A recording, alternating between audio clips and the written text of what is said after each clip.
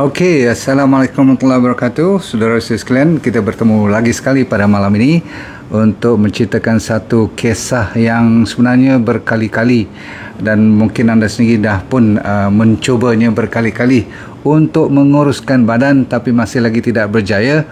Bahkan orang kata ada konsep yo-yo. Faham tak yo-yo? Naik turun. Dan anda saya pasti dah ramai yang pernah jadi slim, jadi kurus, tapi macam mana dia boleh datang balik? Okey, dan macam mana kita tidak boleh mengekalkan secara istiqomah? Apakah faktor-faktornya? Dan sebagian besar daripada anda tak salah diri sendiri. Saya tak menyalahkan sesiapa pun. D&D Warrior sekalian, anda telah mencuba sebaik mungkin, tapi kenapa tak boleh-boleh juga lagi? Boleh kita cerita pada malam ni tak? Dan jangan risau kalau masih lagi anda tidak berjaya, sebab mungkin ada lagi kod. Satu atau dua faktor yang saya akan cerita pada malam ni, 5 faktor utama. Mungkin salah satu daripadanya kalau you miss pun susah juga dia nak mempertahankan. Bukan tak pernah kurus, tetapi tak boleh bertahan lama. Betul? Saya sendiri pernah melalui dan kadang-kadang masih lagi melaluinya kalau kita tidak berhati-hati. Namun malam ni saya tak nak you stres pula. Menganggapkan ini macam satu penyakit yang luar biasa sampai tak boleh kita nak improve. Jawapannya masih boleh. Sebab tu saya masih mau bercerita dengan anda. Manusia ni dijadikan berbeza-beza, so jangan kita ambil satu formula untuk kita hentam kromo untuk semua orang. Ada juga makin 10-20% buat apa pun dia tak nak kurus juga. Habis macam mana? Mana tahu malam ni kod ada jawapan. Baik, okey, kalau macam tu kita sudah bersedia. Bismillahirrahmanirrahim. Topik pada malam ini ialah macam mana kita nak mempertahankan kalau boleh kurus selama-lamanya. Bukan kurus sakit ya, slim ataupun mengikut BMI masing-masing. Okey, anda kena jagalah lebih kurang BMI tu janganlah terlalu over daripada 30. Tahu kan nak buat formula dia kan? Weight kilogram tu bawahnya you punya height dalam ketinggian you dalam meter kali dengan meter. Maksudnya katakan saya 1.7 meter katakan. So saya kali dengan darab dengan 1.7 meter, dapat jawapan yang bawah. Katakan B, atas tu A. A tu berat badan you sekarang. Katakan saya 75 kilogram. 75 bawah katakan sekian. You buatlah dia punya matematik tu. Kalau atas pada 30, saya rasa malam ni you kena dengar lah. Kalau atas pada 35 tu dah teruk sangat. Okey. Kalau bawah pada 15 pun pula nanti kurus sangat pula. Jadi sebab tu Tuhan jadikan kita tu, dia panggil ada julat dia. Daripada A ke B. Kalau dapat antara 20 hingga 25 tu kira cun lah. Tapi saya pun kadang-kadang 27, 28 juga. Namun kita tahu kat mana kita berada. Itu yang penting ya. Kita kena boleh ukur. Jadi tuan-tuan sekalian, kalau masih lagi tidak mendapat jawapan, ada 5 faktor utama, ada 5 sebab yang kenapa kita tak boleh-boleh lagi.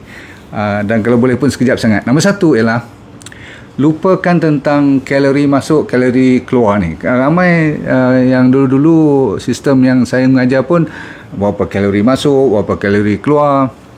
Saya kira ramai daripada D&D Warrior kat sini, kita mana ada masa nak pergi ukur, nak timbang dan sebagainya setiap hari, betul tak? Jadi kalori masuk pun kita pakai nak kena pergi tengok buku, nak google semua. Nasi ni berapa kalori, ayam berapa kalori, ikan berapa kalori, sayur, pening kepala kan. So yang penting sekali kita tengok, okey, kita punya badan ni macam mana. Dan orang kata kalori in kalau kurang, maka kalori out pun kurang. Okey, kalori in kalau banyak, kalori out pun banyak. Tak macam tu. Dia mengikut body masing-masing.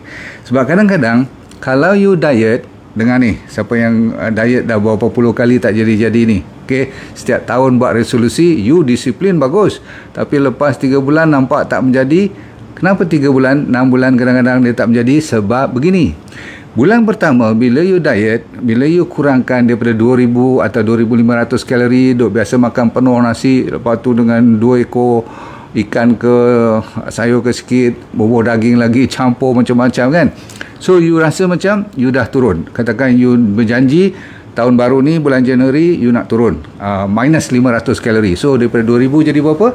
1500. So you dah Masuk minggu kedua, nampak dah kurang 3 kilogram lah, you happy. Minggu keempat, dia turun patutnya 3 kilogram ke ataupun 4 kilogram lagi, tapi tak. Dia turun cuma campur tolak, cuma tinggal 4 kilogram. Minggu pertama, kedua, 3 kilo. Minggu ketiga, cuma 1 kilo. Minggu keempat, dia nak masuk setengah kilo turun pun susah. Bulan kedua, dia macam turun-turun. Masa tu you dah mula penat. Pasal apa? You tak nampak dia punya penurunan tu memuaskan hati you. Maka ramai orang putus asa pada masa tu. Apa ni, aku diet buat penat je. Bulan kedua okey lah, maintain lah 5 kilogram yang jatuh tu. Tapi you dah mula jadi lebih, orang kata macam penat ataupun lapar ataupun craving. Tahu craving tak? You mula kempunan balik nak makan nasi, nak makan ni lah wheat tu, gandum lah, tetapi bila dibuat jadi tepung, benda-benda yang ni lah, bertepung, bergoreng, kuih muih, dah mula nampak seri muka pun berseri-seri. Dia dah naik balik dia punya semangat tu. Sebab apa? You dah terliur balik. Jadi bererti sebenarnya ada sesuatu yang berlaku dalam badan you. Iaitulah begini, dia ni macam enjin kereta, faham tak? Kalau you pakai minyak banyak ataupun enjin yang besar, dia boleh pecahkan lemak tu semua tu. Kalau dalam body kita beres. Tapi kalau yang masih tak boleh ni, berarti body kita ni dia tak reti nak ikut ketua dia. Ketua dia tu maksudnya kita lah. Dia tak reti nak ikut. Dia sama ada you diet tak diet tu, kalau you turun aja, rupa-rupanya enjin dia pun slow. Tu maksud saya. Dia tak reti nak berapa nak ikut yang sebenarnya you nak kurangkan berat badan. Sepatutnya tak payahlah you slow down. You punya pembakar tu patutnya panas all the time. Tapi tak. Kalau you sejuk makanan, maksudnya kurangkan makanan. Sejukkan tu maksudnya kurangkan makanan. Dia pun sejukkan dia punya enjin. Jadi kalau you turun ke 1200, dia pun bakar macam 1200. Tak apa juga. Kadang-kadang nanti dia bakar lebih rendah daripada tu. You termakan lebih sikit je. Katakan hari tu you termakan rendah dah 1200, tetapi you termakan 1500. So 300 ekstra tu, body you dah tune pergi ke 1200. So seolah-olah macam you ada ekstra 300. Padahal you baru makan 1500. Lebih rendah daripada kebiasaan you yang 2000. Faham? Jadi maksud saya, body kita ni, sebab tu you rasa badan you sejuk, you rasa badan you lemah, macam hypothyroid pula. Macam semua termostat you jadi sejuk. Pergerakan jadi slow, faham? Jadi lembab, jadi malas, jadi letih. Pemikiran you, fokus you, tidur terganggu. Maka semua-semua tu akan menyebabkan mau tak mau body you dah simpan. Pasal apa body you simpan? Sebab dia rasa master dia. Itu maksud saya tadi. You sebagai master dia, ketua dia yang menjaga you tu, dah nak, orang kata, berpuasa all the time, nak sengsara all the time, nak jadi orang panggil apa, kemarau makanan. Maka dia simpan. Faham? Sebab tu lah walaupun you makan cuma 1000 kalori, semua dah setengah. Sebab tu you tengok chef, you rasa dia makan banyak tak? Chef tak makan banyak tau. Dia pasal apa? Badan semua steady besar-besar, yang tukang masak semua tu, dia makan rasa je dia dah muak pun. Tapi sebabkan body dia dah ukur, ada termostatnya cukup. Kalau 1000 pun dia simpan semua. Kau cukup-cukup je untuk hidup. Jadi itu adalah masalah utama. Sebab apa?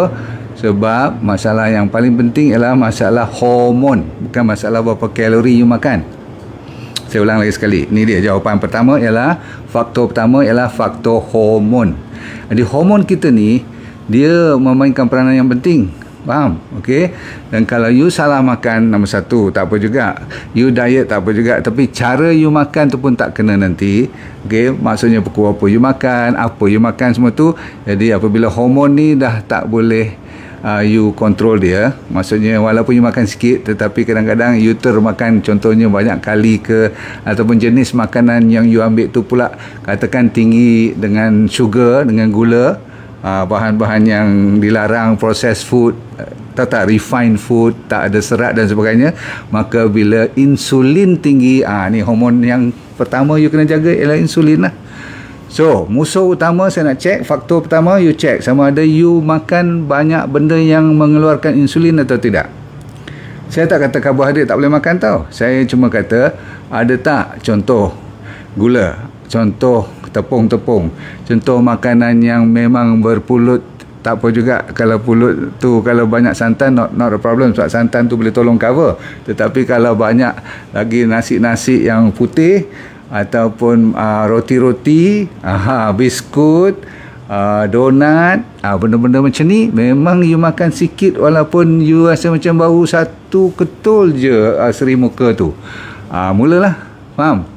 Okey, sebab dalam tu mungkin ada lebih banyak gula daripada sepatutnya, maka insulin tu bila naik je, tak kira lah you kalori makan sikit macam mana pun dia simpan. Jadi penyimpanan tu lah bertukar jadi apa? Daripada glukos jadi apa? Cepat jadi fat. Faham? Dan semua ni melalui proses liver pula tu. Dan kadang-kadang liver tu bila jadi fatty liver, dengar, bila dah mula berpenyakit lemak berkumpul di dalam liver, sebab dia kena proses, gula-gula ni kena pergi melalui mana? Liver dahulu. Jadi bila liver, okey, dia akan bertukar wajah jadi fat. Fat tu nanti berkumpul di dalam kawasan-kawasan bawah perut, bawah pinggul, keliling pinggang dan sebagainya dahulu. Lepas tu dia pergi ke organ-organ seperti mana, lepas liver dia dah cover, dia pergi kat jantung lah, paru-paru, kadang-kadang pankreas. Maka jadilah masalah yang bila pun you kurus kejap, lepas tu dia naik balik. Pasal apa? Walaupun you makan sikit, saya ulang, walaupun you makan sikit, dia simpan. Contohnya macam ni lah, macam you ada freezer, tahu freezer, peti ais, freezer yang kotak, yang tong besar tu, freezer tempat bagi ais beku semua tu kan, orang letak ikan yang beli untuk sebulan semua tu kan. Makanan pun macam tu. Kalau yang mana yang nak pakai hari-hari tu, you letak kat mana? Kat you punya refrigerator, peti ais. So peti ais ni boleh keluar masuk. Tetapi kalau you nak pakai freezer punya makanan, susah hari tu nak pakai. So dia lambat nak keluar. Jadi fat kita tu dah memang, kalau tak dikosongkan peti ais dahulu, orang ataupun anda sendiri akan makan makanan yang dalam peti ais dahulu. Betul-betul? Dan you akan simpan makanan yang dalam freezer. Lebih lagi kalau ada dalam peti ais tak ada muatnya, you akan masuk dalam freezer. Lama-lama tu yang tak mau turun tu yang nampak selama-lamanya macam turun sat, lepas tu gemuk lebih daripada dahulu lagi. Nombor satu. Dah ikut belum? Nombor satu, masalahnya ialah you kena jaga insulin. Apa saja yang meningkatkan insulin, you kena kontrol. Habis, doktor, macam mana kalau saya makan karbohidrat? Boleh. Tapi karbohidrat yang berserat tinggi yang tidak diproses langsung. Saya selalu kata, kalaulah ubi tak boleh makan langsung, ubi keledek pun tak boleh makan langsung, buah-buahan tak boleh makan langsung, Tuhan tak jadikan. Sebab tu saya pantang bila orang kata tak boleh makan langsung, potato lah, ubi keledek lah, keladi tak boleh makan, asalkan ada karbohidrat tak boleh. Salah. Sebab apa? Kita kena berbalik kepada apa yang Tuhan jadikan. Dia dah tulis dalam Quran pun, dijadikan buah-buahan, makanan-makanan ternakan, semua boleh, dengan syarat kita kena tahu balance dia. Bukan kalori tu, tapi apa yang menyebabkan hormon tu meningkat. Hormon tu nama apa? Insulin. Semua dah faham? Okey. Nombor dua ialah, ready? Nombor dua ialah stres. Ramai orang stres sebab dia gemuk, sebab dia tak kurus. Dia kurus pun gemuk balik, dia jadi pening kepala. Stres itu masalah fizikal. Tapi orang ramai buat kesalahan kedua ni disebabkan dia tak tahu yang you nak kuruskan badan tu bukan sebab you nak nampak cantik saja. Tak. You kena tahu sebelum you nak kuruskan badan, requirement, keperluan utama ialah you kena sihat dahulu. Ramai orang bila dia tak sihat, contoh seperti dia ada diabetes, ataupun dia ada obesity, dia ada high blood pressure, atau dia ada cancer, barulah dia nak sihatkan badan dia. Faham tak? Barulah dia nak kuruskan. Kalau doktor kata awak dulu ada fatty liver, dia tak peduli. Pasal apa? Dia kata nak buat macam mana, tengah duit banyak ni, makan lebih sikit, travelling, pergi 5-star hotel, jadi kayangan, lama-kelamaan baru dia nak kuruskan badan. Jadi dia masuk program nak kuruskan badan tu cuma nak kuruskan badan, lupa pada masalah stres yang dinamakan. You kena tahu stres dan sebab you nak kuruskan badan tu adalah tidak betul. Saya habiskan dengan stres dahulu, Nanti kita cerita tentang sebab nak kuruskan badan tu. Baik, orang yang stres sampai bila pun kalau nampak dia tak boleh kuruskan badan, tak payah nak diet macam mana pun. Pasal apa? Stres tu saja ada satu lagi hormon. Balik-balik hormon juga. Namanya kortisol. Berapa puluh kali saya cerita. Kortisol ni adalah satu lagi hormon yang mengumpul fat, yang menyimpan fat. Maksudnya fat akumulasinya, penyimpanan fat lebih tinggi apabila you tinggi insulin dan tinggi apa? Kortisol. Kortisol tu selalu datang daripada mana? Daripada orang yang tak boleh kontrol stres. Jadi tuan-tuan sekalian, stres adalah merupakan faktor kedua. So cuba cek tengok, kalau you tak kurus-kurus juga, mungkin masalah ni ke bergaduh suami isteri ke, adik-beradik ke, hutang ke, ini memang real lah, tempat kerja ke, faham-faham lah tu. Alright. Ataupun kucing tak beranak lagi ke, tak tahulah. Maksud saya stres jangan main. Sebab apa? Kortisol ni meningkatkan fat. You buat apa pun dia tak boleh kurus. Makanlah sikit macam mana pun dia simpan juga. Pasal apa? Kortisol adalah sama standardnya dengan insulin juga. Dia menyimpan. Nombor 2. Tadi saya janji nombor 3, sebabnya kenapa you nak kuruskan badan. Kalau salah, maka you tak akan kuruskan. Saya ulang. Tadi saya cerita, orang selalu nak kuruskan badan sebab nak nampak elok, ataupun nak nampak slim, ataupun nak disebabkan dia takut penyakit. Okey, tak apa. Tetapi asal-usul kalau orang yang nak slim lama, nak mempertahankan dia punya orang panggil kurusnya badan tu supaya tidak yo-yo, dia kena tahu prinsip utama ialah badan kita kena berfungsi secara normal dahulu. Maksudnya kena sihat dulu. Kena feel healthy first. Kena kita rasa badan kita tu ringan dulu sebelum kita jadi ringan. Maksudnya kita kena nak jadi sihat. Selagi mana kalau tenaga you masih lagi lemah, berarti you tak sihat. So nak kurus macam mana? Okey, mungkin yang mana orang putih panggil chicken and egg lah. Nak kurus dulu ke nak sihat dulu? Jawapan saya kena sihat dahulu. Sebab kalau you lupakan nak kurus, you cuma nak jaga kesihatan, automatik you punya badan akan jadi kurus. Ataupun sekurang-kurangnya akan mengikut kehendak you. Sebab apa? Selagi mana you stres, tak boleh lah, sebab you tak sihat. Nombor 2, selagi mana tenaga you tak best, sebab apa? You malas, kita suka duduk kat rumah aje atau asyik kerja je. Okey. Nombor 2, kita of course lah tak exercise langsung lah tu. Lepas tu kita tak relax. Saya dah kata tadi, dari sudut tidur pula. Sebenarnya tidur memainkan peranan yang seterusnya. Kejap saya dah tercampur dengan tidur pula. Tapi tidur ada kaitan dengan stres, ada kaitan dengan nak jadi sihat dahulu, kena cukup tidur, betul? Okey. Seterusnya you kena check sama ada you senang craving. You jenis yang suka kempunan, sikit-sikit nak benda manis, sikit-sikit maklumlah dah jadi macam ganja. Kita kalau tak kena benda manis, betul tak? Saya nak tanya you, kalau you biasa lepas makan nasi, lepas tu mesti ada dessert. Tahu dessert tak? Mesti ada kuih, mesti ada pulut manis yang bubuh dalam tu, sedap bukan main tu. Pulut apa tu? Pulut inti. Jangan main. Setengah orang mesti ada aiskrim, mesti ada kek. Kalau you dah biasa, kebiasaan tu, craving tu, kalau selagi you ada, you tak boleh kurus. Sebab apa? You belum hilangkan. Cara nak hilang macam mana? Kena training, kena disiplin. Sebab apa? Semua tu mainan otak, mind over matter. Kalau you boleh kontrol, senang. Jadi you kena sihatkan minda you dulu. Nak jadi blood pressure you normal balik, masalah menses you cycle, period you kena betulkan. Nak kena check you selalu bloating tak, maksudnya makanan-makanan you allergy, kena tahulah. Dan adakah you dalam keadaan kesakitan apa-apa kan, macam saya ni. Ni dalam dah dekat 12 hari, nak jogging pun tak boleh, sakit, nak bawa kereta tak boleh, macam mana? Jadi kesakitan saja kadang-kadang mengganggu untuk you menjaga slimming down, nak jaga, nak bertahannya you slim. So saya habis lagi 2, cepat, ada sikit je lagi.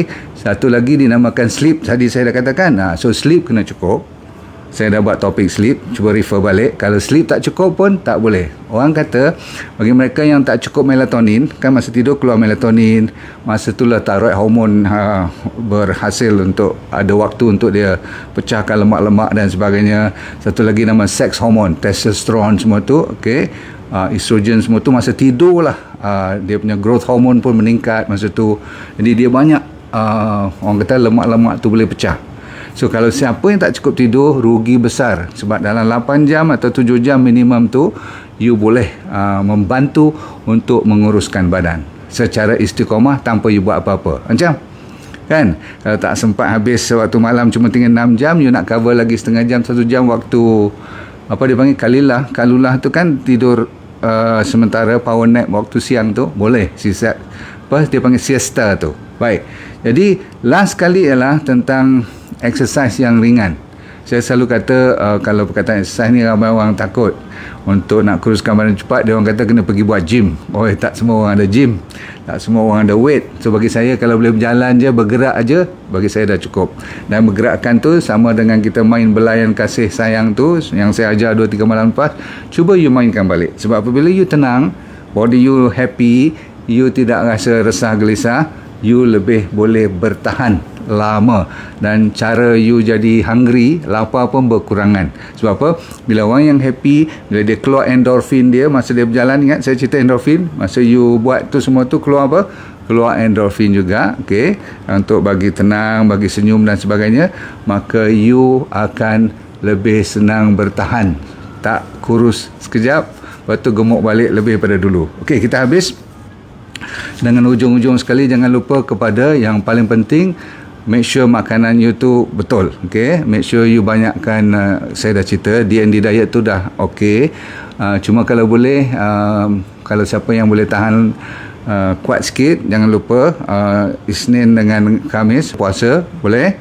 Dan malam saya selalu kata jangan makan lepas pada maghrib punya, paling lambat tu isyak tu is the last, tu pun dah kira lambat dah tu, sampai besok pagi.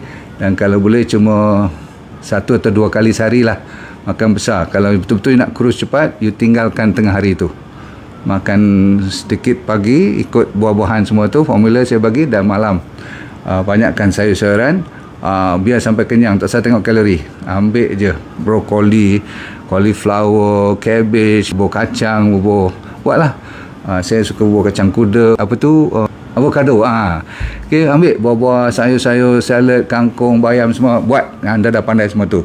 Dan yang paling penting untuk tambahan, jangan lupa pada potasium, kena cukup makanan untuk nak kuruskan badan tahan lama. Dan B5, saya ulang, B5 dengan potassium citrate. Potassium citrate tu at least you ambil lebih kurang 500 hingga 1000 miligram. Yang lain bergantungan dengan makanan, sebab dia perlukan sekurang-kurangnya 4700 miligram potasium ni dalam badan kita. Selalunya kita tak cukup potasium, kita banyak apa? Sodium, garam terlalu lebih. Asalkan jangan kurang. Lepas tu semalam saya cerita tentang sea kelp ataupun rumpai laut yang ada iodine, mesti. Sebab kalau thyroid tak function, dia tak boleh bakar. 2 lagi yang you kena ingat ialah D3K2, saya dah cerita semalam, dan omega 3 yang kita dapat daripada DND 369, Sachainchi oil tu. Lain pada tu dah cukup. Kalau siapa yang nak pergi travelling, kalau tak sempat nak prepare makanan semua ni, saya selalu advise you bawa RX Lite, ya, 1 bungkus 1 hari cukup untuk ganti tengah hari atau ganti malam, food replacement, ya. Tak sama dengan makanan yang betul, lebih baik makanan yang alami yang betul. Tapi kalau you tergesa-gesa buat kerja, ada bisnes dan sebagainya, bawa RX Lite 1 bungkus 1 hari supaya you boleh cover. Malam you makan betul. Okay? Kadang-kadang tengah hari tu lapar sikit. Okay? Cukup dulu, saudara-saudara sekalian. So yang paling penting secara summary-nya ialah jangan lupa kepada apa saja yang meningkat insulin, you potong. Okay? You tahulah, yang penting sekali apa dia? Benda yang bergula, sama ada nampak ataupun terselindung. Ya, terselindung seperti apa? Seperti dalam ni roti-roti, biskut, saya dah cerita semua. Okay? Especially yang dah nampak manis, confirm lah, tak boleh. Okay? Alright, cukup dahulu saudara-saudara sekalian. Saya percaya you masih lagi bersemangat untuk cuba slim down. Jangan putus asa. Yang penting jangan putus asa. Buat. Mana tahu kali ni you buat, Tuhan bagi rezeki. Jangan lupa doa lah. Solat, istighfar. Lepas tu minta lah. Allah yang bagi kita besar pun. Kan? Kalau dia nak tarik, dia tarik je. Tapi janganlah dia tarik disebabkan oleh penyakit kanser ke penyakit-penyakit yang autoimmune. Boleh kurus juga. Diabetes pun boleh kurus. Tapi minta kita kurus dalam keadaan sehat walafiat. Okey, doakan kepada anda sekalian. Saya sentiasa mendoakan kepada anda sekalian supaya hidup anda sentiasa dalam keadaan dunia ni bahagia dan akhirat kita bersama, kita jom pergi ke syurga. Dan apa yang penting ialah dengan syarat kita selalu let go and feel good all the time. Bye. Terima kasih. Baik, saya mencari cuma 20 orang saja yang kali ini untuk saya buat kelas demi kelas, untuk saya mengajar dia jadi dropshipper saya. Saya punya trainer, saya dah ajar di mereka untuk train you all tanpa modal langsung, yang perlu cuma handphone dan jari yang masih boleh bergerak. Kalau itu ada, you dah boleh berniaga tanpa modal, tanpa risiko apa-apa. Sama ada you bekerja boleh buat part time ataupun full time suri rumah tangga, no problem. Dengan syarat you kena rajin sedikitlah belajar dan ikut apa yang kita tunjukkan, sebab semuanya dibuat secara percuma. So kalau nak dari antara 5 hingga 10 ribu tu, orang kata apa, senang-senang aja kalau you buat betul-betul. Okey, nak lebih pun boleh, tak ada masalah. Nanti kita pelan-pelan akan ajar you, dan yang penting you sign up dulu secepat mungkin. Cuma 20 yang pertama saja, okey?